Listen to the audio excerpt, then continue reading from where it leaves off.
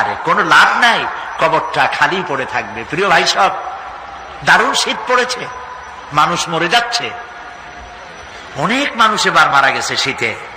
আল্লাহর কাছে আমরা বলবো, আল্লাহ তুমি দয়া করে শীত যেটুক না হলে হয় না, তুমি সেইটুক দাও, শান্তি হিসেবে দাও, রহমত হিসেবে দাও, জহমত হিসেবে আমাদেরকে তুমি দিও না। বলি আমিন। প্রিয় ভাই সব,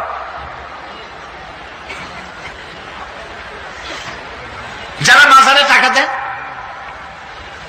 চাদর চড়া, মৃত্যু মানুষের কবরের উপরে যারা মশারি টানান, তাদের বিবেকের কাছে আপিল করি, যিনি মারা গেছেন আল্লাহর ওলি, তার সম্পর্কে আপনার ধারণা এত খারাপ কেন? সুপ্রিয় দর্শক, আসসালামু আলাইকুম ওয়া রাহমাতুল্লাহ। একটা প্রশ্ন আমাদের সবার মনে জাগা উচিত, আমরা কি সেই আগের মুসলমান আছি যারা দুনিয়ার সামনে ঈমান ও আদর্শের আলো ছড়াতো, নাকি আমরা বদলে গেছি, ভুলে গেছি আমাদের আসল পরিচয়? মশারি টানায় দিচ্ছেন, আপনার ধারণা কি এই দুনিয়াও মশাই খাইছে, কবরের মধ্যে গিয়েও মশাই খাবে? কাপড় সবর দরকার কার? জেতা মাসের না মরা মানুষের? জীবিত মানুষ কাপড় পায় না। যে দেখেন পাহাড়তলি, যে দেখুন আপনার এখানে কত জায়গা, সব জায়গা তো আমি নাম মনে নেই, বটতলি, তালতলি, বদ্দারহাট, এই যে জায়গাগুলি, কত মানুষ ফুটপাতে শুয়ে আছে, আছে না? আহারে, আপনার স্ত্রীর কত শাড়ি আলমারি ভরা, ব্যবহারও করে না, বছরের পর বছর ওখানে নষ্ট হয়ে যাচ্ছে। 10টা শাড়ি বাইর করিয়া অনাথিনী মেয়ে লোকদের গায়ে দিয়ে দেন। মাজারে টাকা দিলেন, চাদর দিলেন, যারা রাস্তার উপরে যারা কেনই গায়ে দিয়ে থাকে, আগুন পোহায়, একটু চাদর নাই, ওদের একটা কাপড় কিনে দেন। প্রিয় ভাই সব, দিল্লির সম্রাট শাহজাহান, তিনি তাজমহল তৈরি করেছিলেন তদানীন্তন বাজারে 20 কোটি টাকা খরচ করে, 20 বছর ধরে প্রচেষ্টা করে 22,000 শ্রমিক লাগাইয়া তাজমহল বানিয়েছিলেন। জানেন কিনা ইতিহাস? কোন বাজারে? যেই বাজারে 1 টাকায় 8 মণ চাউল পাওয়া যাইত। বুঝছেন কথা? সেই বাজারে 20 কোটি টাকা খরচ করেছেন, 22,000 শ্রমিক লাগিয়েছেন, 20 বছর সময় লেগেছে তাজমহল করতে। এবার একটা নির্মম বাস্তব কথা শুনুন। আপনি যদি কোন একটি এতিমের গায়ে, কোন এক অনাথিনী বিধবার গায়ে, কোন এক কচি শিশু, বাপ নাই মা নাই, শীতের দিনে খালি গায়ে কেন 2টা হাত গলার উপরে ধরে সকালবেলায় কাঁপতেছে, ওই বাচ্চা এতিমের গায়ে একটি চাদর, একটি গেঞ্জি, একটি পুরানা সোয়েটার গায়ে দিয়ে যদি এতিম বাচ্চার মুখে যদি হাসি ফোটাতে পারেন, বিশ্বাস করুন 20 বছর ধরে 22,000 শ্রমিক লাগাইয়া 20 কোটি টাকা খরচের তাজমহলের চাইতে আল্লাহর কাছে এতিমের মুখের হাসির দাম বেশি। আখিরাতে আমাদের সকলকে উঠতে হবে, সেখান থেকে কেউ আমরা কি বাঁচতে পারবো না, উঠতে হবে সবাইকে। অনেক লম্বা আলোচনা করব না, এখন শেষ করে দেই, বাকি কথা কালকে বলবো ইনশাআল্লাহ। বলেন ইনশাআল্লাহ। তবে আরো 2টা আয়াত আছে, না শুনলে, আরে ভাই কত জায়গায় ওয়াজ মাহফিল হয় সারা রাত, হয় না? সারা রাত ফজরের সময় গরুর গোশত খায়, জম্মের খাওয়া, সারাদিন পেট খারাপ, কি শুনলো আর কি কইলো আল্লাহ জানে। পরে লোকেরা জিজ্ঞেস করে, ভাই গত রাত্রে যে তোমার টের পাই নেই, তুমি কোথায় গেছিলা? কয় বাবা গেছিলাম ওয়াজ শুনতে। কি ওয়াজ? কয় শেষ কথা বলে শেষ করা যাবে না। হাই রে ওয়াজ, কি ওয়াজ? কয় অনেক বিষয়। কয় ভাই আমি তো যাই নাই, 2-1টা বিষয় আমার শোনাও না। কয় আল্লাহর কসম সারা রাত তেমন শোনা শুনছি, যার একটা কথাও আমার মনে নেই। দাম আছে এগুলা? দাম নাই। কিসসা কাহিনী হাবি যাবি, যার পেছনে কোরআন নাই, দলিল নাই, আছে শুধু হিংসা আর হিংসা। অমুকের তাফসীর খারাপ, অমুকের অমুক খারাপ, তমুক খারাপ। এই চিৎকার দিয়া বাজার গরম করতে পারবেন না, কারণ মানুষের আপনাদেরকে চিনে ফেলেছে। আপনারা ফাসাদ সৃষ্টি করতে চান, আপনারা মানুষের মধ্যে বিভেদ সৃষ্টি করতে চান। এই জন্য লাখ টাকা খরচ করে মানুষ পাবেন না, মানুষ আসবে কোরআনের মহব্বতে, কোরআনের কথা শুনতে। সুবহানাল্লাহ। প্রিয় ভাই সব,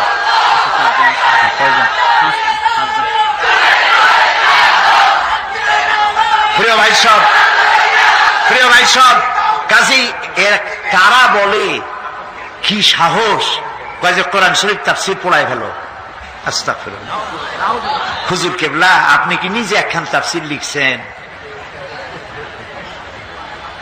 কোরআনের তাফসীর, কয় যে তাফসীর পড়ায় দেওয়া যায়, বেদ পুরাণ পড়ানো হতাম। তাহলে আপনি অন্য ধর্মের কিতাবও পড়াইতে চান, আল্লাহ নিষেধ করেছেন। আপনি অন্য ধর্মের বেদ বাইবেল পড়াবার এখতিয়ার কে দিল আপনাকে? কথা বলার সময় একটুখানি সংযত হয়ে কথা বলুন। আমরা বেদকে সম্মান করি, আমরা বাইবেলকে সম্মান করি, প্রত্যেকটি জাতিকে সম্মান করি, শ্রদ্ধা করি, তবে ঈমান আনি কোরআন শরীফের উপরে।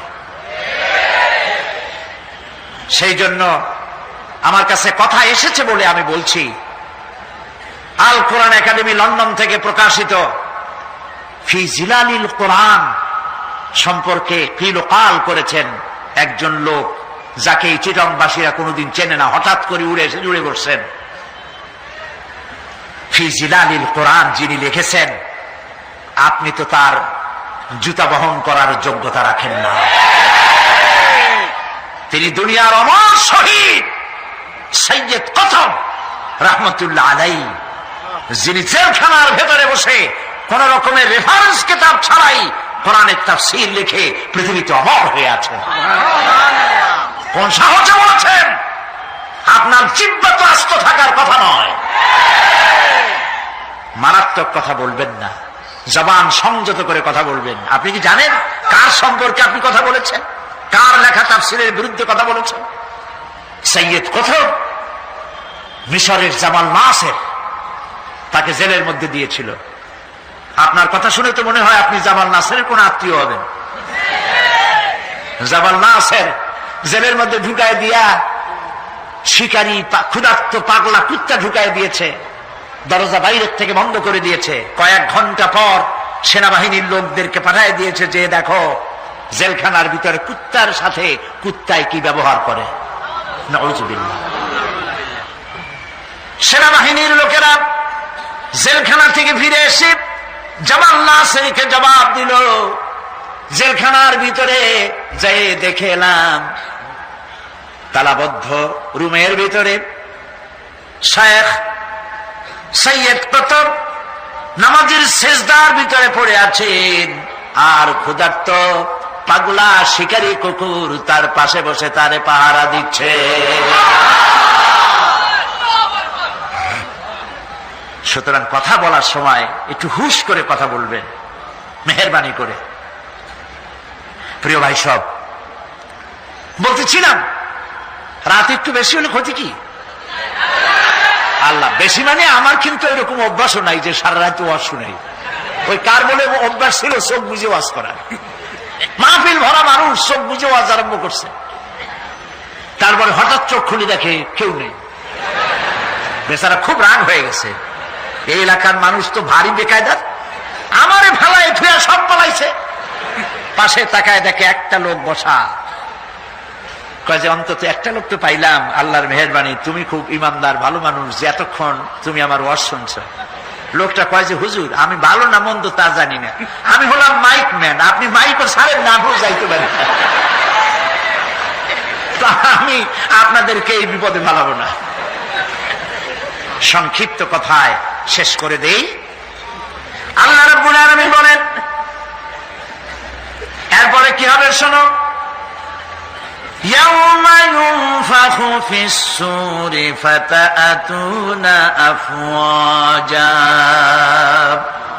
যেদিন সিংহায় ফুঁক দেওয়া হবে আর তোমরা দলে দলে বেরিয়ে আসবে।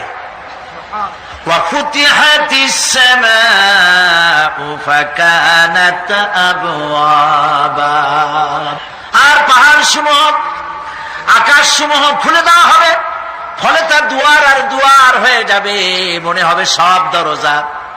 তার মানে হলো আকাশ থাকবে না, ভেঙে চুরে চুরমার হয়ে যাবে।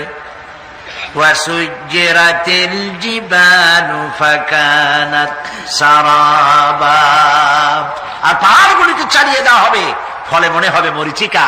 তার মানে হলো এই দেখলাম পাহাড়, এই পাহাড় নাই, সমস্ত পাহাড়গুলিকে আল্লাহ পাক উড়ায় দেবেন, কোন পাহাড় তার জায়গায় থাকতে পারবে না। সিংহায় ফুঁক হবে, তাতে করে মানুষের যারা ঘুমিয়ে থাকবে, ঘুমন্ত মানুষগুলি সব জাগ্রত হয়ে যাবে, বলবে ইয়া ওয়াইলাতা ইয়া ওয়াইলানা মান বাসানা মিন মারকাদিনা, হায় আফসোস, আমার এই ঘুমকে কে ভেঙে দিল, কিসের আওয়াজে ঘুম ভাঙলো? বলা হবে হাদা মা ওয়াদার রহমান ওয়া সাদাকাল মুরসালুন, এ হচ্ছে রহমানের ওয়াদা, আর আল্লাহ রাসূল সত্য কথা বলেছিলেন। সেই জন্য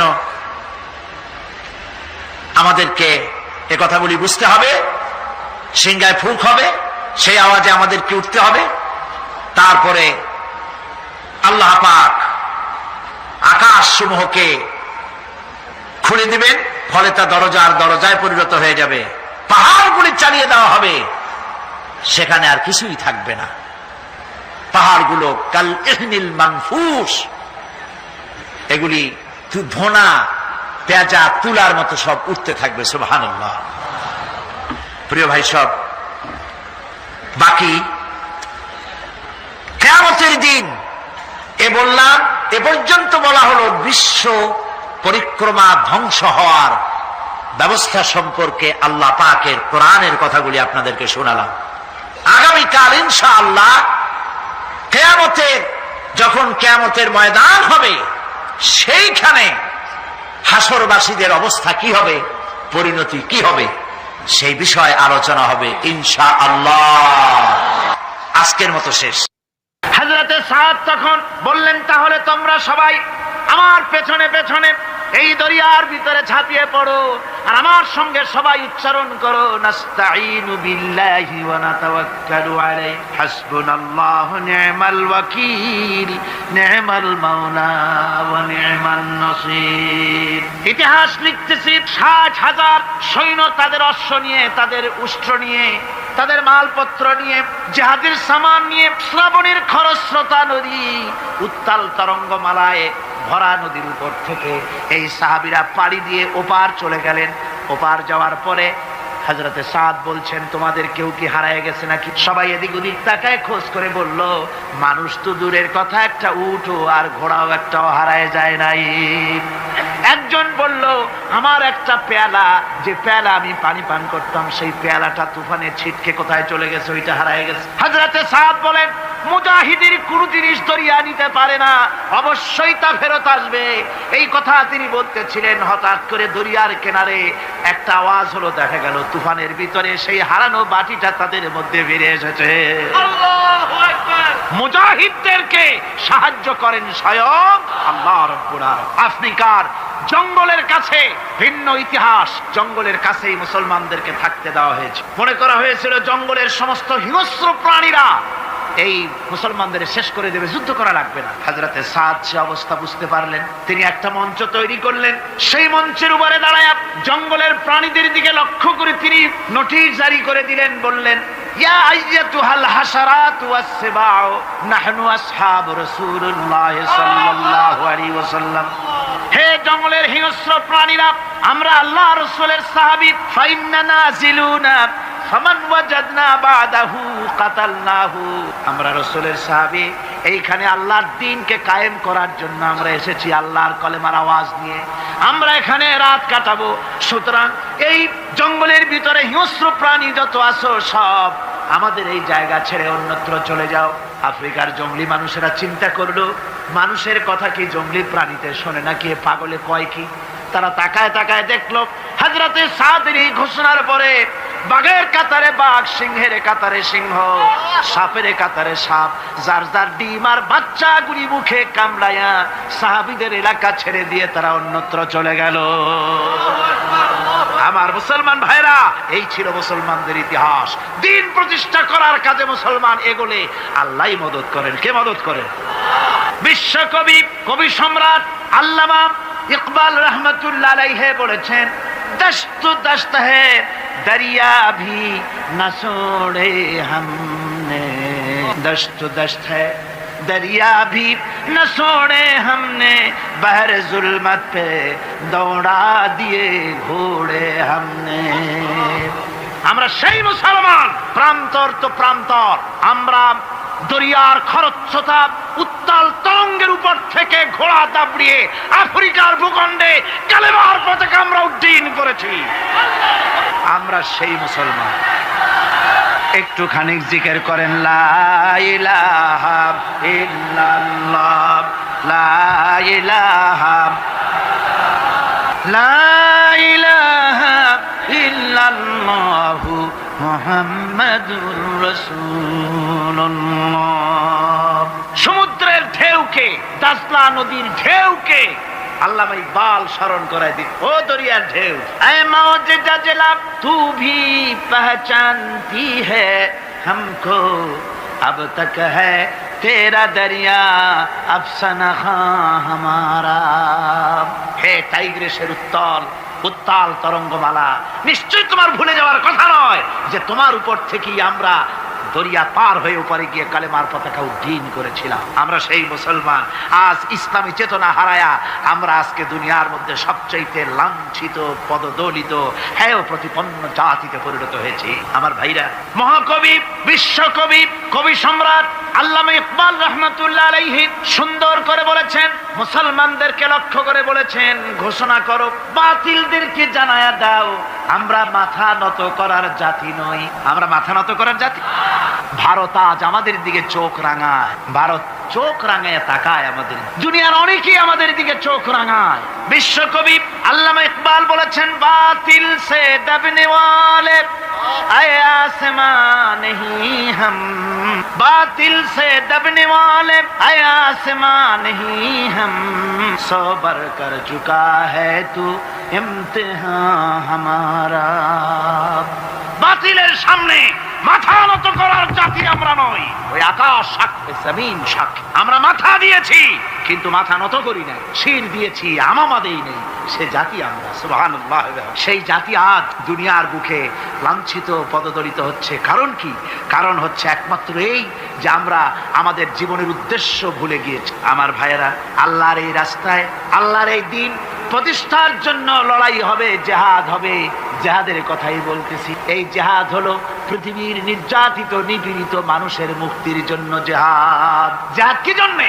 আমরা রাষ্ট্রপ্রধান হব, আমরা দেশ দখল করব, নেতৃত্ব দিব, এজন্য নয়। আমরা জেহাদ করব মানুষকে, মানুষের তৈরি করা মতবাদ, নির্যাতন থেকে, জুলম থেকে, অত্যাচার থেকে মানুষকে বাঁচাবার জন্য, মানবতা নিগৃহীত, নির্যাতিত মানবতার মুখে মুক্তির হাসি ফোটাবার জন্য আমরা করব লড়াই। সেই লড়াইয়ে এগিয়ে আসতে হবে তরুণদেরকে। কাদেরকে? জোরে বলতে হবে, কাদেরকে? তরুণদের আসতে হবে, যুবকদের আসতে হবে। আমার আনন্দে বুক ভরে যায় যখন দেখি মাহফিলে, আজকে তো এই মাহফিল কোরআনে কারীমের কথা এই ভূখণ্ডে আল্লাহ বলার তৌফিক দিয়েছেন। 35টি বছর পার হয়ে গেছে। জীবনের 35টি বছর কোরআনে কারীমের সামান্য একটু খেদমত করার তৌফিক আল্লাহ পাক দান করেছে। যখন এই কাজ প্রথম শুরু করি তখন দেখেছি মাহফিলে যারা আসে তাদের 95% দাড়ি পাকা বুড়া মানুষ। কিন্তু দিন যত যেতে লাগলো, দিন যত যেতে লাগলো, 71 পার হয়ে গেল, 72, 73, 74 এলো, আস্তে আস্তে দেখা গেল চিত্র উল্টে গেল। আজ মসজিদে তরুণদের জন্য জায়গা পাওয়া যায় না। যারা মসজিদে যায় সব তরুণ। যারা আগে হজে যেত সব বুড়া মানুষ, পাপ করার আর কোনো বয়স নাই, তখন যাইতো হজ করতে। এখন আলহামদুলিল্লাহ তরুণেরা যায় হজ করতে বেশিরভাগ। আজকের মাহফিল দেখুন, দাঁড়ায় দেখতে বলি নেই, জায়গায় বসে আর ডাইনে বা একটু তাকায় দেখেন কারা বেশি, দাড়ি পাকা না যুবক? যুবক আর তরুণ দিয়ে আল্লাহর এই মুজাহিদ, আল্লাহর এই গোলামদের দিয়ে আল্লাহ মাহফিল ভরে দিয়েছেন। জোরে কোন সুবহানাল্লাহ, জোরে কোন আলহামদুলিল্লাহ। এই তরুণ যুবকরাই হচ্ছে ইসলামের সম্পদ। ইসলামের সম্পদ কে? তরুণ আর যুবকেরা। তোমাদের অবদান ইসলামে সব চাইতে বেশি। মনে রাখবেন যুবকেরা, শোনো, ইসলাম প্রতিষ্ঠিত হয়েছে তোমাদের রক্তের উপরে। কাদের রক্তের উপরে? যুবকদের রক্তের উপর। যারা ইসলাম প্রথম কবুল করেছিলেন তারা কিন্তু বুড়ো ছিলেন না কেউই। প্রথম যে ব্যক্তি ইসলাম কবুল করলেন হযরতে সাইয়্যিদুনা আবু বকর সিদ্দিক রাদিয়াল্লাহু তাআলা আনহু, বয়স ছিল 37 বছর। 37 বছর বয়সে দাঁত পড়িয়া খুনখুনা বুড়া হয়ে গেছিল নাকি? হযরত ওমর ইসলাম যখন কবুল করেন তখন তিনি ছিলেন 26 বছরের টকবগে যুবক। যৌবনের রক্ত পা এবং মাথা পর্যন্ত শিরায় উপশিরায় ধাবমান এই যুবক হযরত ওমর 26 বছর বয়সের সময় ইসলাম কবুল করেন। হযরত আব্দুর রহমান বিন আউফ যখন ইসলাম কবুল করেন বয়স ছিল মাত্র 17 বছর। হযরত আলী যখন ইসলাম কবুল করেন তখন বয়স ছিল মাত্র 8.5 বছর। তোমাদের মতো তরুণেরা, যুবকেরাই সর্বপ্রথম কলেমার পতাকা ধারণ করে রাসূলকে সাহায্য করেছিল। সুবহানাল্লাহ।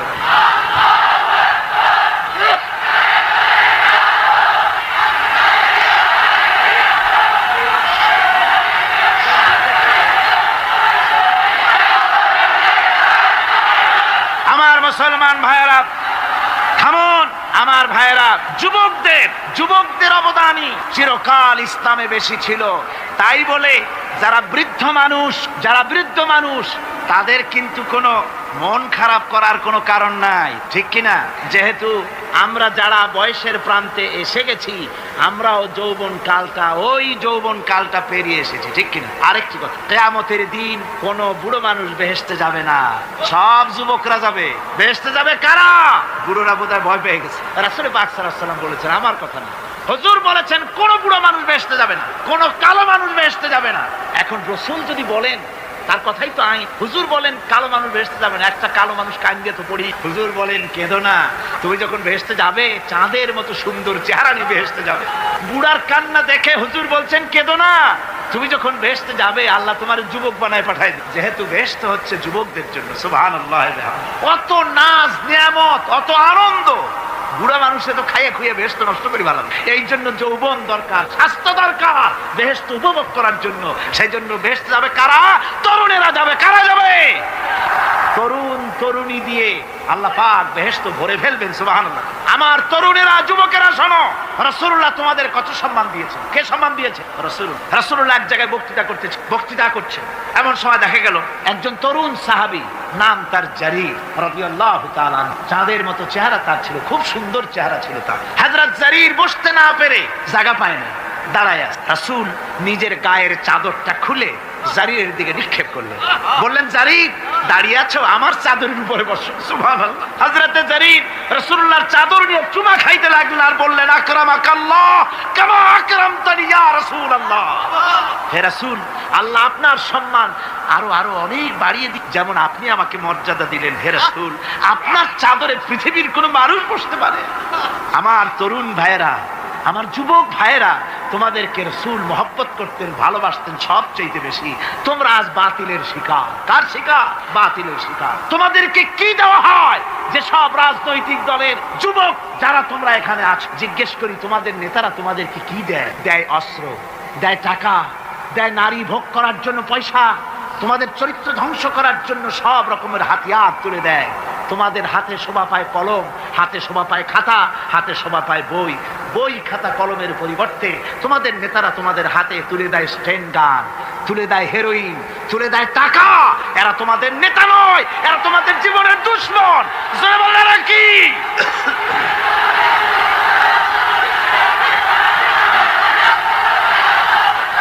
আমার যুবক ভাইয়েরা, আমার কলেজ ইউনিভার্সিটির ছাত্র ভাইয়েরা, একটুখানি মাথা খাটায় চিন্তা করো। তোমার নেতারা যারা ঢাকা থেকে আসে বা এখানে বাস করে, ওই নেতারা যখন রাজনৈতিক প্রোগ্রাম করতে আসে তখন কি একবারের জন্য তোমাদেরকে বলে, ও ছেলেরা তোমরা কি নামাজ ঠিক মতো পড়ো কিনা? বলে? এই যে রোজা আসতেছে, খবরদার বাবারা তোমরা রোজা রেখো, এরকম কথা বলে নাকি? তোমার ওস্তাদদের সম্মান করো, এ কথা বলে নাকি? বরং টাকা দেয়, পয়সা দেয়, যে শিক্ষক তোমার মতের উল্টা করবে ঠ্যাঙ্গাইয়া জনমের মতো টাইট করে দিবা, ঠিক কিনা? তোমার নেতারা কি কোনোদিন বলে নাকি, ও আমার সংগঠনের ছেলেরা মা বাপের খেদমত করবে, মা বাপের সম্মান করবে। খবরদার মা বাপের সঙ্গে বেয়াদবি করবে না, সন্ত্রাস করবে না, অস্ত্রবাজি করবে না, মানুষকে কষ্ট দিবে না, এমন কোনো কথা বলে না। আমার যুবকেরা শোনো, ওরা টাকা দিয়ে, অস্ত্র দিয়ে, পয়সা দিয়ে, মদ দিয়ে ওরা নিজেদের ক্ষমতা টিকায় রাখার জন্য তোমাদেরকে লাঠির মতো ব্যবহার করে। সুতরাং আজকের তরুণদেরকে বুঝতে হবে, তরুণেরা ভালো করে বোঝো, তোমরা রাসূলের সৈনিক, তোমাদের পক্ষে সম্ভব। বসুন, আমি বুঝতে পেরেছি কথা যেহেতু তরুণদের, আর তরুণদের জনসমুদ্র, কাজী জনসমুদ্রের মধ্যে উত্তাল ঢেউ তো সৃষ্টি হবেই, স্বাভাবিক। কিন্তু সেই স্বাভাবিকতার সুযোগ নিয়ে দাঁড়ায় বিশৃঙ্খলার সৃষ্টি করবেন না। আমার ভাইরা, আমরা ইসলাম আমাদের আদব শিক্ষা দেয়। কি শিক্ষা দেয়? আদব। শুধুমাত্র কোন লোক পেশাব পায়খানার কথা বললে তাকে রাস্তা ছেড়ে দেবেন, যেতে বলবেন, তা না হলে তো আপনাদেরই অসুবিধা হবে। কথা বুঝতে পেরেছেন? বাকি কেউ উঠবেন না, দাঁড়াবেন না। এত বড় বেহেশতি মাহফিল জীবনে আরেকবার পাবো, কোন নিশ্চয়তা আছে? আপনি আমাকে বলেন, আল্লাহর আকাশের নিচে, জমিনের উপরে এর থেকে শ্রেষ্ঠ কোন মাহফিল আছে নাকি? কারণ এ মাহফিল কোরআনের মাহফিল। কিসের মাহফিল? এর থেকে শ্রেষ্ঠ মাহফিল আল্লাহর আকাশের নিচে জমিনের উপরে হতে পারে না। সুতরাং বেয়াদবি কেউ করবেন না। তরুণেরা, যুবকেরা, তোমাদের এগিয়ে আসতে হবে। নির্যাতিত মানবতার পাশে তোমাদেরকে দাঁড়াতে হবে।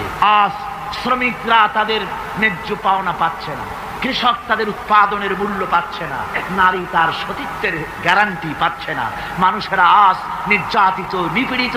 সারা পৃথিবীতে Bosnia, Algeria, Somalia, Palestine, Kashmir, Burma, Philippines, Bharat, পৃথিবীর সর্বত্র নির্যাতিত মুসলমানদেরকে বাঁচাবার জন্য আমার খালিদ বিন ওলীদের উত্তরসূরিরা, সালাউদ্দিন আইয়ুবী, জামালউদ্দিন আফগানি, হযরত আলীর উত্তরসূরি, আজকের মাহফিলের যুবক আর তরুণরা, তোমরা কি রক্ত দিতে পারবে?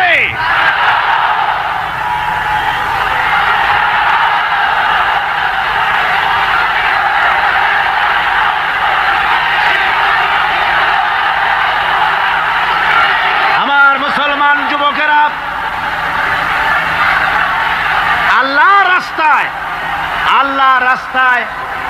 আল্লাহর রাস্তায় রক্ত দিলে তার অবস্থা কি হবে শোনো।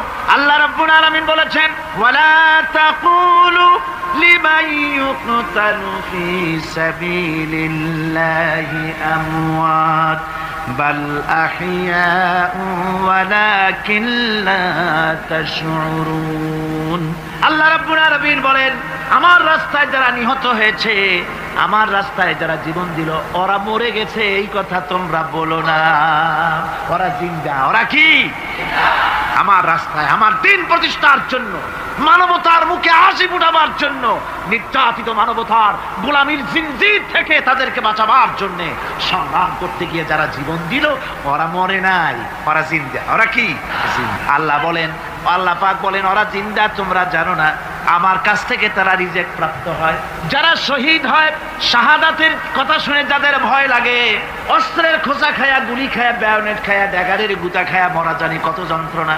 নবীজি বলতেছেন, আন আবি হুরায়রা রাদিয়াল্লাহু তাআলা আনহু আন্না রাসূলুল্লাহ সাল্লাল্লাহু আলাইহি ওয়াসাল্লাম মা ইয়াজিদু শাহীদু মিন মাসিল কাতল কামা ইয়াজিদু আহাদুকুম মিন মাসিল কারছা। তিরমিজি, নাসাই। আল্লাহ নবী বলেছেন, হযরত আবু হুরায়রা হাদিসটি বর্ণনা করেছেন, নবীজি বলেছেন, শাহাদাতের মওত হলো তোমাদের কেউ যদি আরেকজনকে একটা চিমটি কাটে, ওই চিমটি কাটায় যতটুকু যন্ত্রণা, শাহাদাতের মওতের চাইতে বেশি কিছু যন্ত্রণা নয়। শাহাদাতের মওতটা হচ্ছে একটা সেতু। এটা কি সেতু? এটা ব্রিজ। এপারে দুনিয়া, ওপারে আল্লাহ। সুবহানাল্লাহ ওয়া বিহামদি। মরার সাথে সাথে দিদার ইলাহি নসিব হয়ে যাবে। সুবহানাল্লাহ। সাহাবায়ে কেরাম, আপনি চিন্তা করেন, তাদের মা, বাবা, বিবি, বাল, বাচ্চা, সন্তান সবকিছুকে ফেলে রেখে আল্লাহর দ্বীনের জন্য রক্ত দিতে পেরেছেন। কি কারণে? জীবনকে তাদের কাছে তুচ্ছ মনে হয়েছে। এই জীবন জীবন নয়, ওই জীবনই তো সবচেয়ে সেরা জীবন, যে জীবনে আমার মাওলা আমার উপরে খুশি হয়ে যাবে, সুবহানাল্লাহ, আমার মাবুদ আমার উপরে খুশি হয়ে যাবে, ওইটা হচ্ছে সবচেয়ে নিয়ামতের মওত। এই জন্যে রাসূল সাল্লাল্লাহু আলাইহি ওয়াসাল্লাম বলেছেন, কেউ যদি শাহাদাতের তামান্না করে দিল থেকে, সে যদি তার বিছানায়ও মরে, আল্লাহ পাক ওটাকে শাহাদাত হিসেবে ধরে নেবে। হযরত ওমর রাদিয়াল্লাহু তাআলা আনহু দোয়া করতেন, আল্লাহুম্মা রযুকনি শাহাদাতান ফি সাবিলিক ওয়াজআল মাউতি ফি বালাদি রাসূলিক। আয় আল্লাহ, তুমি দয়া করে মেহেরবানি করে আমাকে শাহাদাতের পেয়ালা পান করাও। শাহাদাতের মত সবচেয়ে নিয়ামতের মত। কিয়ামতের দিন এই শহীদ তার আত্মীয় স্বজনের ব্যাপারে 70 জন লোকের ব্যাপারে আল্লাহর কাছে সুপারিশ করার মতো পাওয়ার লাভ করবে শহীদ। ভাইরা, এই শাহাদাত নসিব হওয়ার জন্য তামান্না আমাদের দিলের মধ্যে থাকা উচিত।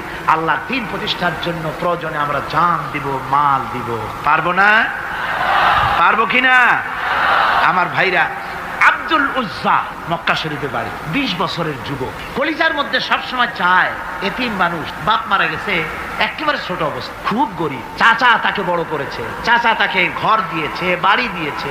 বুখারীর হাদিস, বুখারী শরীফে বাড়ি, ঘর, জায়গা, জমি, সোনা দানা, টাকা পয়সা, উট ঘোড়া সব দিয়েছে, প্রতিষ্ঠিত করে দিয়েছে। কিন্তু আব্দুল উজ্জা শান্তি পায় না।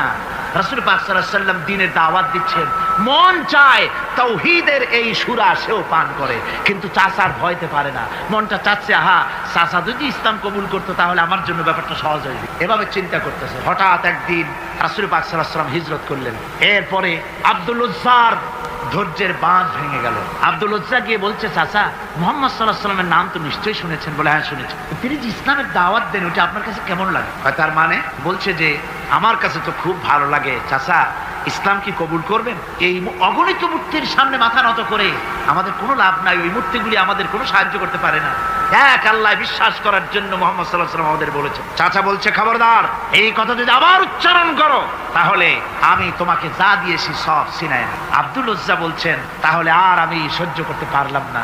চাচা, আপনার সামনেই আমি ঘোষণা করলাম, একদিন চাপা রেখেছি আর পারলাম। আমি ঘোষণা করে দিলাম, লা ইলাহা ইল্লাল্লাহু মুহাম্মাদুর রাসূলুল্লাহ। চাচা বলল, তুমি এর পরিণতি জানো? আব্দুল উজ্জা বলল, কি পরিণতি? চাচা বলতেছি, এই কলেমা পড়ার কারণে আমি তোমাকে যা দিয়েছিলাম, ঘোড়া দিয়েছি, উট দিয়েছি, বাড়ি দিয়েছি, সব আমি তোমার কাছ থেকে ছিনাইলাম, সব ফেরত দিতে হবে। তিনি বললেন, আমি রাজি আছি, আমি রাজি আছি। আপনি আমার সোনা দানা, ঘোড়া, উট আর ঘর বাড়ি যা দান করেছেন, এই দুনিয়াটার মালিকও যদি আমারে বানাই দিতেন, আমি এর বিনিময়ে কলেমা পড়া থেকে আর আমি নিজেকে থামায় রাখতে পারি না। বলে, আমার সব আমাকে ফেরত দাও। বলল, দিলাম, যা আপনি দিয়েছেন সব আপনাকে ফেরত দিলাম। চাচা বলছে, জায়গা জমি, টাকা পয়সা, সোনা দানা সব পেলাম, তোমার গায়ে যে জামা, তোমার পরনে যে লুঙ্গি, ওটা আমার টাকার খোলো। আব্দুল উজ্জা বললেন, আপত্তি নাই, জামা খুলে দিলে পরনের লুঙ্গিটাও খুলে দিলে। 20 বছরের যুবক এই অবস্থায় চলে গেলেন মায়ের কাছে। মা আব্দুল উজ্জাকে এই অবস্থায় দেখে 2 চোখ চেপে ধরলেন। বললেন, বাবা, তোমার এই অবস্থা কেন? ছেলে বলছে, মা, ইমান আনার কারণে আমি সব হারায় ফেলেছি, আমার আর কিছুই নাই। ইমান আনার কারণে আমার এই অবস্থা হয়েছে। মা বলছে, বাবা, আমার কাছে কি চাও? ছেলে বলছে, মা, আমি চলে যেতে চাই মদিনায়, আল্লাহর নবী মুহাম্মদুর রাসূলুল্লাহ সাল্লাল্লাহু আলাইহি সাল্লামের দরবারে চলে যেতে চাই, আমি একটু বস্ত্র চাই। মা একটা পুরানা কম্বল তার হাতে দিয়ে দিলেন। আব্দুল উজ্জা কম্বলটাকে ছিঁড়ে এক টুকরা কোন রকম হাঁটুর উপরে জড়ায় নিলেন, আর এক টুকরা গায়ে দিয়ে নিলেন। আব্দুল উজ্জা এবার বহু কষ্ট করে মরুভূমি পাড়ি দিয়ে মদিনা মুনাওয়ারায় চলে গিয়ে বাবে জিবরিল থেকে ঢুকে আসহাবে সুফফার চবুতরার সামনে বসে আছেন, ছেঁড়া কম্বল পরা। এবার বিশ্ব নবী, দুনিয়া আখিরাতের বাদশা জনাবে মুহাম্মদ রাসূলুল্লাহ সাল্লাল্লাহু আলাইহি ওয়াসাল্লাম যখন মসজিদের নিজের ঘরের থেকে দরজা খুলে বেরিয়েছেন, দেখেন এক যুবক বসা, একটা আধাটা কম্বল পরা, হাঁটুর উপরে কোন রকম করে রানটা, লজ্জাস্থানটা ঢাকার, গায়ে একটা ছেঁড়া কম্বল। তার এই অবস্থা দেখে হুজুর জিজ্ঞেস করেন, তুমি কে? যুবক বলছে, আমি আব্দুল উজ্জা। ইসলাম কবুল করার জন্য আমার সব ছিল, আমি কম ধনী ছিলাম না, আমার চাচা সব নিয়ে গেছে, সিনাই রেখেছে, আমার লুঙ্গিটাও দেয় নাই। ঘটনা সব তিনি খুলে খুলে বললেন। হুজুর বললেন, তোমার নাম আব্দুল উজ্জা নয়, তোমার নাম আব্দুল্লাহ।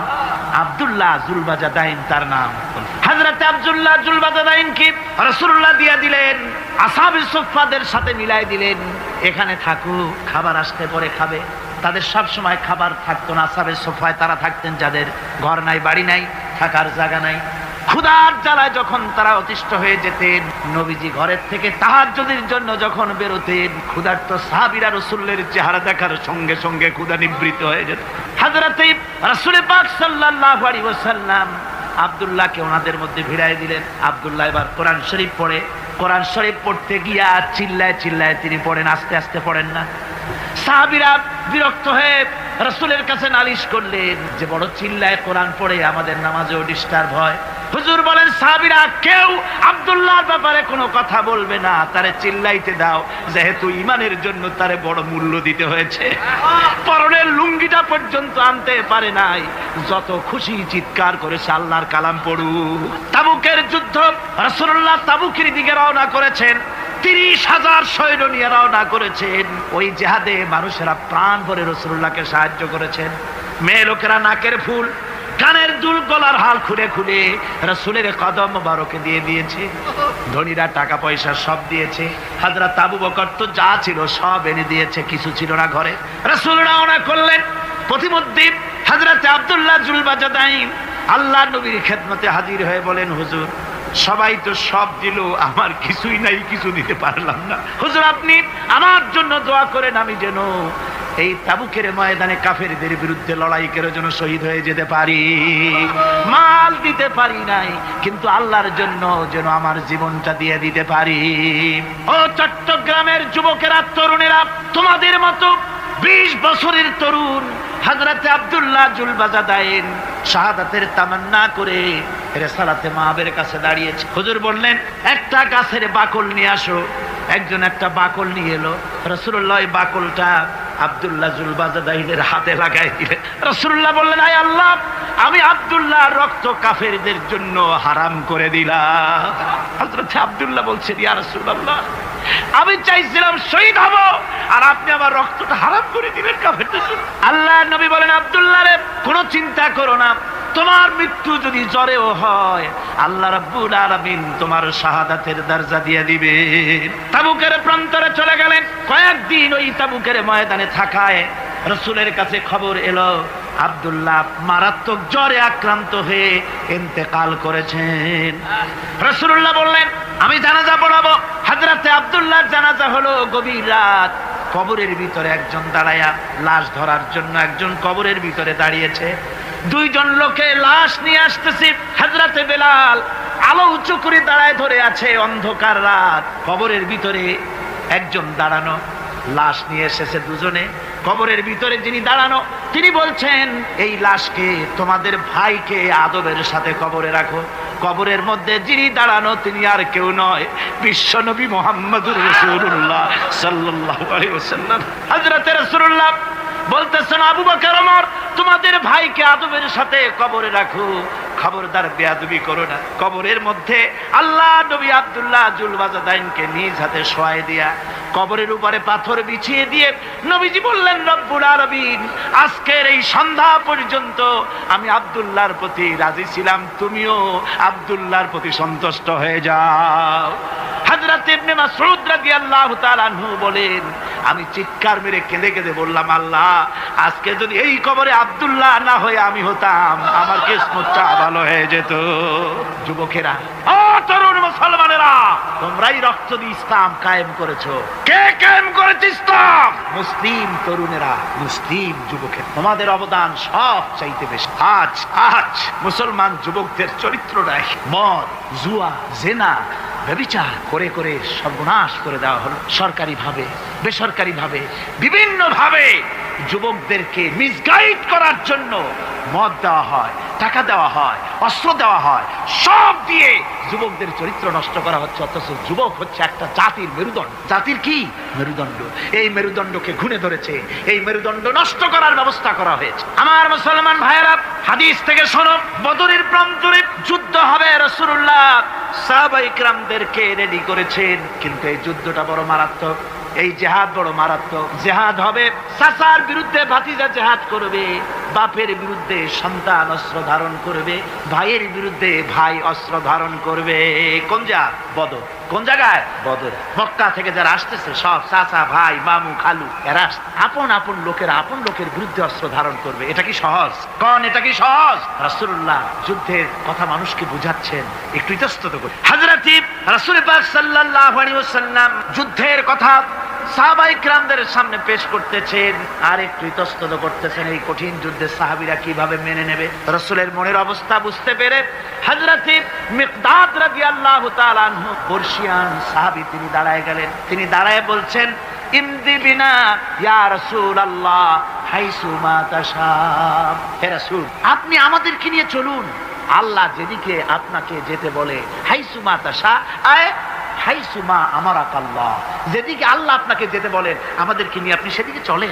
ইন্না লা নাকুলু লাকা কামা ক্বালা বানু ইসরাঈল লিমূসা আলাইহিস সালাম ইযহাব আনতা ওয়া রাব্বুকা ফাকাতিলা ইন্না হাহুনা কাঈদুন। আমরা মুসা আলাইহিস সালামের উম্মতের মতো বলবো না যে হে মুসা তুমি আর জিবরাইল আর তোমার আল্লাহ যুদ্ধ করো, আমরা ঘরে বসে আরাম করি। এই কথা আমরা বলবো না হুজুর। বল ইযহাব আনতা ওয়া রাব্বুকা ফাকাতিলা ইন্না মাকুমা মুকাতিলুন। হে রাসূল, বরং আমরা বলবো আপনি যুদ্ধ করুন, আপনি আমাদের নিয়ে চলুন, আমরা লড়বো আপনার সাথে কাফেরদের বিরুদ্ধে।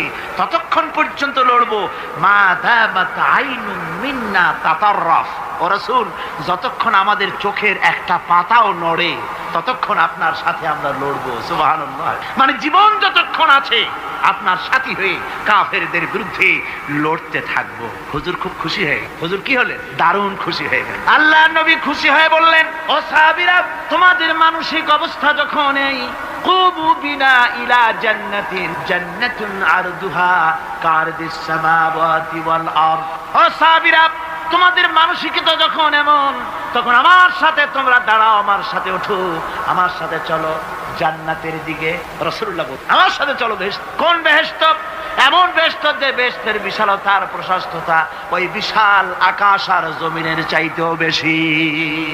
এই বিরাট জান্নাতের দিকে চলো আমার। ফাকামা উমাইর বিন হামাম ওয়া কানা ইয়াকুলুত তামার। যুবকেরা, তোমাদের মতো তরুণ, তোমাদের মতো এক যুবক যার নাম উমাইর, তিনি দাঁড়িয়ে গেলেন, হাতে ছিল খোরমা।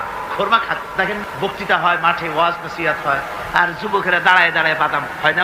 ওই সাহাবী ওই সময় তো বাদাম টাদাম হয়তো পায় না, খোরমা খাচ্ছে, খোরমা চাবাচ্ছে, বিচি ফেলাই দিতেছে, আর এইভাবে খাচ্ছে। আর হুজুরের কথা শুনে, হুজুরের কথা শুনে উমাইর বলছেন, বাহ বাহ, এটা একটা আঞ্চলিক শব্দ। এর অর্থ হচ্ছে আয়মা আযমাহু ওয়া মা আহসানাহু। হে রাসূল, আপনি কত সুন্দর কথা বললেন, আপনি কি বিশাল কথা বলেছেন, কত বড় কথা বলেছেন। জিহাদ করলে, জান দিলে এমন বেহেশত পাবো, জান্নাতুন আরদুহা কারদিস সামাওয়াতি ওয়াল আরদ। যে বেহেশতটা হবে ওই বিশাল আকাশের চাইতে এমন বেহেশত পাবো। ওয়াল্লাহি লাউ কুনতু হাইয়ান হাত্তা আকুলাহুম ইন্নাহা লাহায়াতুন তাবিদ। আল্লাহর কসম, আমি যদি হাতের সবগুলি খোরমা খেতে যাই তাহলে তো অনেক সময় লাগবে, বেহেশতে যেতে দেরি হয়ে যাবে, অনেক দেরি হয়ে যাবে বেহেশতে যেতে। ফারামা বিহিন্না, হাতের সবগুলি খোরমা তিনি ফেলে দিন। ও যুবকেরা, হযরত উমাইর তোমার মতো যুবক খোরমা খাওয়া সহ্য করলেন না আল্লাহর জান্নাতে যাওয়ার লোভে।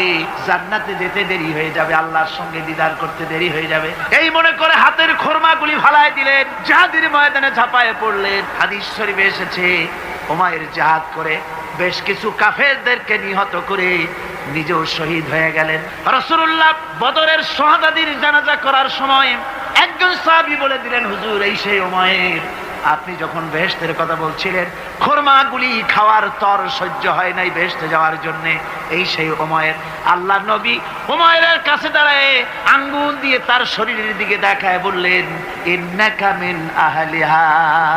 ও যুবক, যেই বেহেশতের জন্য খোরমা খাওয়ার সময় তুমি পাও নাই, আমি নবী সাক্ষী দিচ্ছি তুমি অবশ্যই সেই বেহেশতের অধিবাসী, ওই বেহেশত তোমার জন্য। সুবহানাল্লাহ। আমার ভাইরা, কিয়ামতের দিন এই জান্নাত আল্লাহ রাব্বুল আলামিন দান করবেন ওই সব লোকদের জন্য যারা জান দিবে, মাল দিবে, রক্ত দিবে আল্লাহর দ্বীনের জন্য। কিসের জন্য? আল্লাহর দ্বীন কায়েমের জন্য। যারা জান মাল ওয়াকফ করে দেবে, জীবনকে উৎসর্গ করে দেবে, তাদের জন্য আল্লাহ পাক এই বিরাট নিয়ামত রেখেছেন। তরুণদের বলতে চাই, যুবকদের বলতে চাই, আর বাতিলের পেছনে ঘুরো না, আর তোমার ওই সব নেতাদের পেছনে ঘুরো না যারা নিজেরাও নামাজ পড়ে না, তোমাকেও নামাজের কথা বলে। ওরা নিজেরা মিথ্যা কথা কয়, তোমরা টের পাও না? কি বলেন, টের পাওয়া যায় না? মারামারি করে নিজেরা আর বদনাম দেয় অপরের উপরে। চোখের সামনে যারা এরকম পারে, চোখের সামনে যারা এরকম পারে, তাহলে রাত দিন 24 ঘন্টা তাদের আমলটা কেমন? এদের পেছনে ঘুরে কোনো লাভ নাই। কোনো লাভ আছে? হ্যাঁ, একটা লাভ আছে। সেই লাভটা হচ্ছে টাটকা কিছু সুখ পেতে পারো, কিছু মদের টাকা, কিছু হোটেলের টাকা, কিছু পরের মেয়ে নিয়ে ঘোরার টাকা, কিছু ভ্রমণের টাকা, কিছু অস্ত্রপাতি, ত্রাস সৃষ্টি করা। আর ত্রাস সৃষ্টি করবা, কয়টা অস্ত্রের মালিক হইছো? যুবক, তরুণ, বিপদগামী তরুণদের বলবো, সরকার অননুমোদিত অস্ত্র যাদের কাছে আছে, শুনে রাখ, এই অস্ত্র কাউকে ক্ষমা করে, এই অস্ত্র কাউকে ক্ষমা করে না। সাপ পোষার মতো, যে সাপ তুমি দুধ কলা দিয়ে পোষো, ওই সাপ তোমাকে আবার দংশন করবে। ওঝা মরে না? মরে না? সাপ খেলা যারা দেখায় তারা মরে কিনা? ওই সাপেই তাকে কাটে। সুতরাং গভর্নমেন্ট অনুমোদিত অস্ত্র তোমার কাছে, পাইপ গান, রিভলভার, স্টেন গান, এলএমজি, আদমজি, কত রকমের অস্ত্রপাতি যুবকদের কাছে। ঘুম নাই, সারা রাত অস্ত্র থাকে কাছে, আর কি কি লাল পানি খাইয়া চোখ দুইটা থাকে এত বড় বড়, দেখলেও ভয় করে। মাথায় ভাল্লুকের মতো। মানুষ মারো তোমরা, মানুষ মারো। আহা, যারে মারলা একটুখানি হিউম্যান বিবেক দিয়ে চিন্তা করো। যাকে মেরেছ ওই রাত্রে তার বাড়ির কাছে যাও, ওই রাত্রে গোপনে তার বাড়ির কাছে গিয়ে দেখো তার মা কিভাবে তার সন্তানের জন্য কাঁদতেছে, মায়ের কোলটা খালি হয়েছে বলে কিভাবে কাঁদতেছে, তার বাবা কিভাবে কাঁদতেছে, তার বউ থাকলে কিভাবে ছটফট করতেছে, তার কলিজার টুকরা সন্তান থাকলে কিভাবে আব্বা আব্বা বলে কাঁদতেছে। যারে গুলি করে মেরেছো একবার বাড়ির কাছে গিয়ে কান পাচা শোনো। মনে রাখো যুবক, সন্ত্রাসীরা, শুনে রাখো, অস্ত্র দিয়া মানুষকে যারা মেরেছো, আল্লাহর কসম করে বলি, যেভাবে মেরেছো ওইভাবে তোমাকেও নিহত হতে হবে, কোনো সন্দেহ নাই। বাড়িতে গিয়ে ডায়েরিতে লিখে রাখো আমার কথা। থামুন, বাড়িতে গিয়ে ডায়েরিতে লিখে রাখুন, ডায়েরিতে লিখে রাখুন। যদি তুমি কাউকে হত্যা করে তার বউকে যদি বিধবা বানায় থাকো, তোমার বউ বিধবা হবেই। তুমি যদি কারো ছেলেকে এতিম বানায় থাকো, তোমার ছেলেকে আল্লাহ এতিম বানায় রাস্তায় ভিক্ষা করায় ছাড়বে। তুমি যদি কারো বাপকে মাকে কাঁদায় থাকো, আল্লাহ রাব্বুল আলামিন তোমার মা বাপকে কাঁদাবে। তুমি যদি বেয়নটের খোঁচা দিয়া, ড্যাগারের খোঁচা দিয়া একটা মানুষকে যদি বুক ফেড়ে থাকো, তোমার বুকটা ঝাঁঝরা করে দেওয়ার মতো অস্ত্র আল্লাহ তৈরি করে রেখেছে। বিশ্বাস করো, বিশ্বাস করো। অননুমোদিত অস্ত্র থানায় জমা দিয়ে দাও, মসজিদে ঢোকো, নামাজ পড়ো, চরিত্রবান হয়ে যা। তোমাদের প্রতি আমার উদাত্ত দাওয়াত, আমার বুক ভরা দরদ। তোমাদের বিরুদ্ধে আমাদের কোনো বিদ্বেষ নাই, হিংসা নাই, আছে কলিজা বড় ধরদ। দেখতে পাচ্ছি জাহান্নামের দিকে যাচ্ছে। এর পথটা কোন দিকের পথ? যারা বলেন কোথার পথ? ওই নেতাদের পিছনে আর চলো না, তওবা করো। ওই নেতাদের পিছনে আর যাবে না যারা তোমাদেরকে টাকা দেয় আর অস্ত্র দেয়, যারা তোমাদেরকে মদ দেয় আর নারী দেয়, ওদের পিছনে আর চলবে না। ওয়াদা করো। যুবকরা কি পারবে ওয়াদা করতে? ওই সব নেতাদের পিছনে জীবনে আর যাবে না। ওয়াদা করতে পারো? হাত উঁচু করে দেখাও যুবকেরা।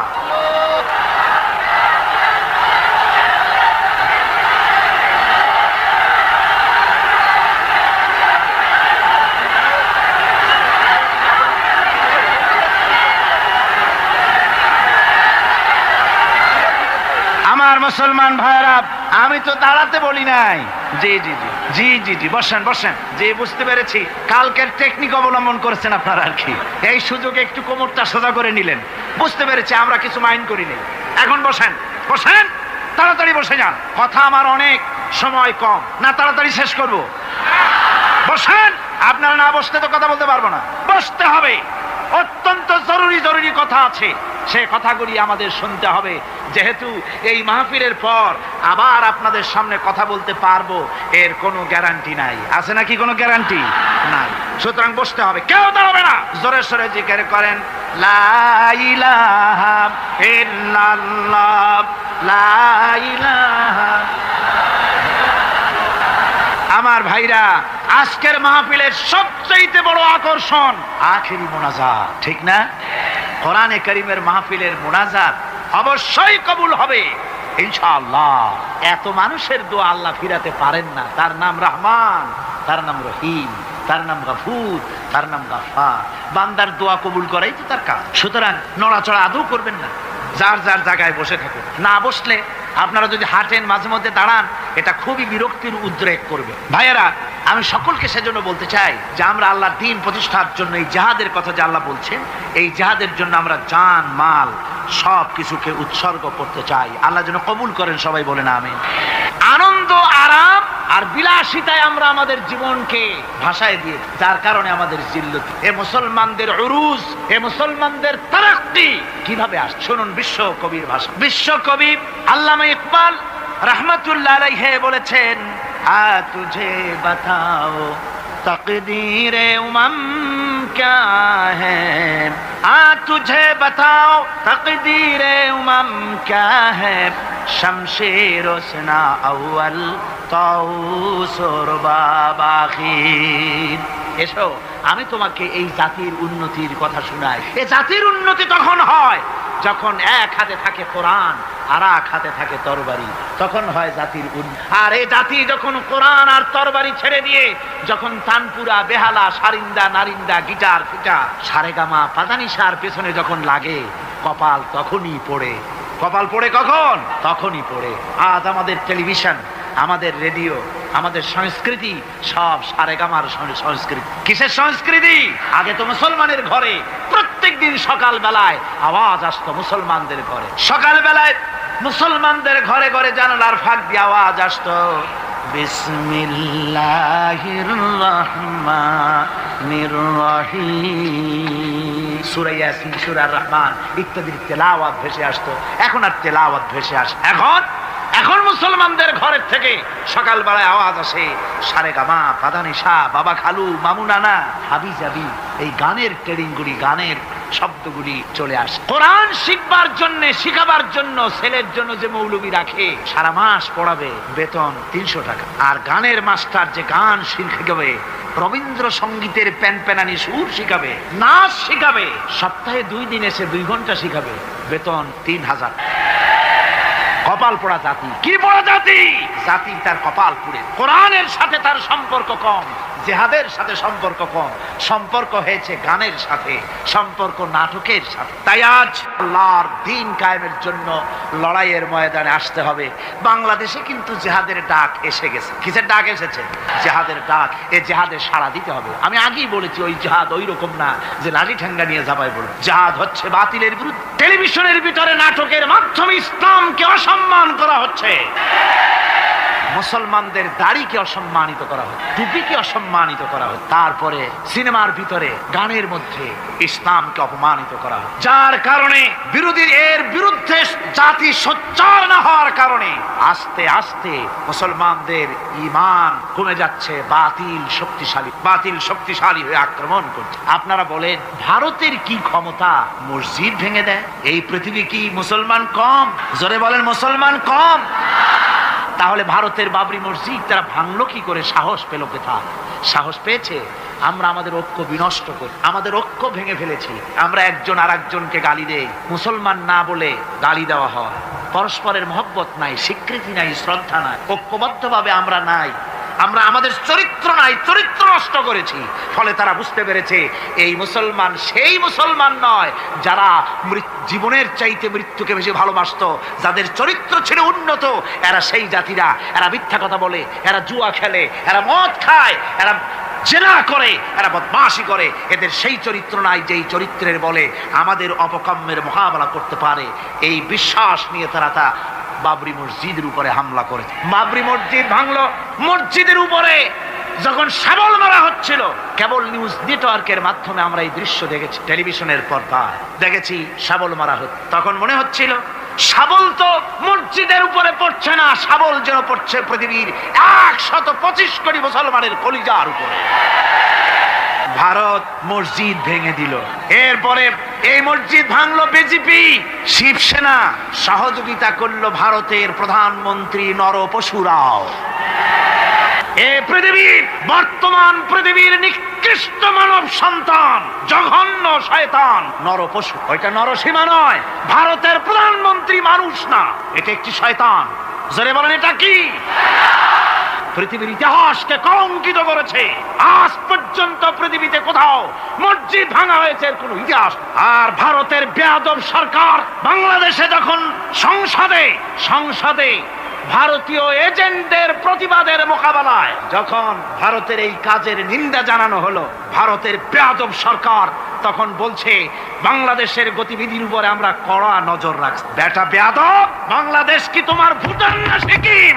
বাংলাদেশের উপরে কড়া নজর রাখার অধিকার তোমার নাই। এই পৃথিবীতে বাংলাদেশের সবচাইতে বড় দুশমন ভারত। সবচাইতে বড় দুশমন কে?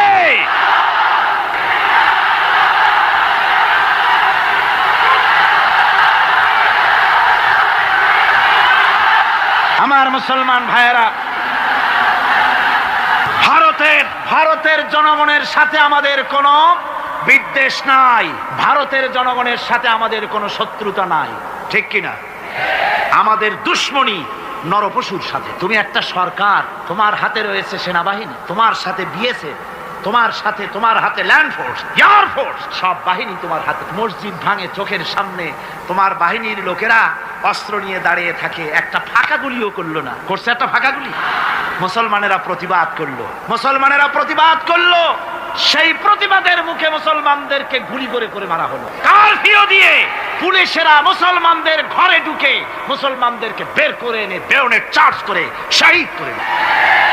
দিল্লি, মিরাট, থামো, দিল্লিতে, মিরাটে, কলকাতায়, বোম্বে, মাদ্রাস, গোটা ভারতে সাম্প্রদায়িক দাঙ্গা দিয়ে ডুবিয়ে ফেলে মুসলমানেরা আজকে তা সেখানে এতিম অবস্থায় পড়ে আছে। একটা সরকার এই দৃশ্য দেখতে পারে? মানুষের কোনো মর্যাদা তোমার কাছে নাই? আরো বাংলাদেশের উপরে কড়া নজর রাখবা? 1971-এর বাংলাদেশ এখন না, 93 বাংলাদেশ। তোমার গোলামেরা দেশ শাসন করে না, এদেশে 11.5 কোটি মুসলমান বাস করে। আমরা ভারতকে দেখিয়ে দেব ইনশাআল্লাহ, জিহাদের প্রেরণা নিয়ে যদি প্রয়োজন হয় বাংলাদেশের যুদ্ধ যদি করা লাগে ভারতের সাথে, আর যুদ্ধ করা লাগবে। রাসূলুল্লাহর ওয়াদা। কার ওয়াদা? নাসাই শরীফ, ইবনে মাজাহ, এই সাসেত্তার দুটি হাদিসের মধ্যে হযরত আবী হুরায়রা রাদিয়াল্লাহু তাআলা আনহু বর্ণিত হাদিস রয়েছে। বলেছেন, দুই শ্রেণীর লোক কিয়ামতের দিন জাহান্নাম থেকে মুক্ত হয়ে যাবে। এক শ্রেণী হচ্ছে যারা ঈসা আলাইহিস সালামের সাথে সাথী হয়ে যারা লড়বে আর শহীদ হবে, কিয়ামতে তারা জান্নাতে যাবে, জাহান্নাম থেকে মুক্ত। আর দ্বিতীয় শ্রেণী, ভারতের সঙ্গে একটা যুদ্ধ হবে, রাসূল বলেছেন হিন্দুস্তানের সঙ্গে একটা লড়াই হবে। ওই লড়াইয়ে যারা শহীদ হবে, রাসূলুল্লাহ বলেছেন কিয়ামতের দিন জাহান্নাম থেকে আল্লাহ মুক্ত করে দিবে। সেই লড়াই ভারতের সাথে আমাদের হবে। ওই লড়াই যেদিন বাঁধবে, বাংলাদেশের সেনাবাহিনী, air force, land force, police শুধু এরাই যুদ্ধ করবে না, বাংলাদেশের 12 কোটি তৌহিদি জনতা শহীদ তিতুমীরের বাস হাতে নিয়ে ভারতকে পিটিয়ে ঠান্ডা করবে ইনশাআল্লাহ।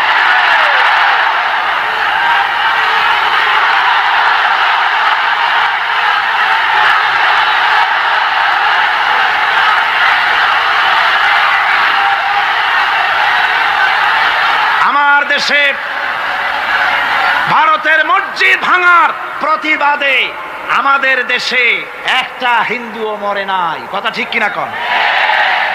কিন্তু ভারতে ভেঙেছে তারা বাবরি মসজিদ। আমার দেশের 15 জন মুসলমান পুলিশের গুলিতে নিহত। আমার দেশে হিন্দু মরে নাই। তোমরা আমার দেশে, সেখানে আমার মুসলমান মেরে। হযরত আব্দুল্লাহ বিন ওমর রাদিয়াল্লাহু তাআলা আনহু বলছেন যে আমি রসুলের সঙ্গে কাবা শরীফ তাওয়াফ করতেছিলাম। আমি বলতে শুনলাম রসুল বলছেন, হে কাবা, তোমার কত মর্যাদা, তোমার কত সম্মান, তুমি কত মহান, তোমার কত ইজ্জত। তবে কাবা শুনে রেখো, আল্লাহ রাব্বুল আলামিনের একটা মুমিন বান্দার যে মর্যাদা, তোমার মর্যাদা যত হোক একটা মুমিনের চাইতে নিশ্চয়ই বেশি নয়। তোমরা মসজিদ ভেঙেছো আর আল্লাহর মুমিন বান্দাদেরকে ভেঙেছো। ভারত সরকার শুনে রাখো, মসজিদ ভাঙো নাই, তকদির ভেঙেছো। মসজিদ যেভাবে মসজিদের ইটগুলি টুকরা টুকরা হয়েছে, গোটা ভারত আজ হোক কাল হোক মসজিদের ইটের মতোই টুকরা টুকরা হয়ে যাবেই যাবে ইনশাআল্লাহ। তবে আমার দেশের মুসলমানদেরকে মনে রাখতে হবে, আমরা প্রতিশোধের নীতিতে বিশ্বাস করি না। ভারতের বাবরি মসজিদ ভাঙার ব্যাপারে বাংলাদেশের কোনো হিন্দু দায়ী নয়, কথা বুঝতে পেরেছি? আমরা একজনের অপরাধের শাস্তি আর একজনকে দেই না। বাংলাদেশের কোনো হিন্দু ওই ঘটনার জন্য দায়ী নয়। আমাদের দেশে মন্দির 2-4টা ভেঙেছে, আমরা খবর, এই মন্দিরগুলি মুসলমানেরা ভাঙে। এই মন্দিরগুলি ভারতের এজেন্টদের উস্কানিতে হিন্দুরা নিজেরা ভেঙে, মুসলমানেরা ভাঙে। ভারতীয় দালালেরা বাংলাদেশের সারা পৃথিবীতে সাম্প্রদায়িক সম্প্রীতির ভাব মূর্তিকে ক্ষুণ্ণ করার জন্য এই কাজ তারা করেছে। নরসিংদীতে, আরে মিয়া থামো না, নরসিংদীতে সেখানে দেখা গেছে গভীর রাত্রে কাপড়ের দোকানদার হিন্দু ঘরের সমস্ত কাপড় চোপড় সরাইয়া নিজের দোকানে আগুন দিতে গিয়েছে, পুলিশ তখন তার ভারতের 5 গোলামেরা হিন্দুদের দিয়ে এই কাজগুলি করাইছে। কোন মুসলমান মন্দির ভাঙে নাই। বাংলাদেশ গোটা বিশ্বের বুকে সাম্প্রদায়িক সম্প্রীতির সহস্র বছরের আমরা কি সেই আগের মুসলমান আছি নাকি বদলে গেছি? ভাবুন, সিদ্ধান্ত নিন, আর আল্লাহ তাআলার পথে ফিরে আসুন। ইনশাআল্লাহ আল্লাহ তাআলা আমাদের সঠিক পথে রাখবেন। আজকের আলোচনা এখানেই শেষ করলাম। আল্লাহ তাআলা আমাদের সবাইকে হেদায়েত দান করুন। আসসালামু আলাইকুম ওয়া রাহমাতুল্লাহ।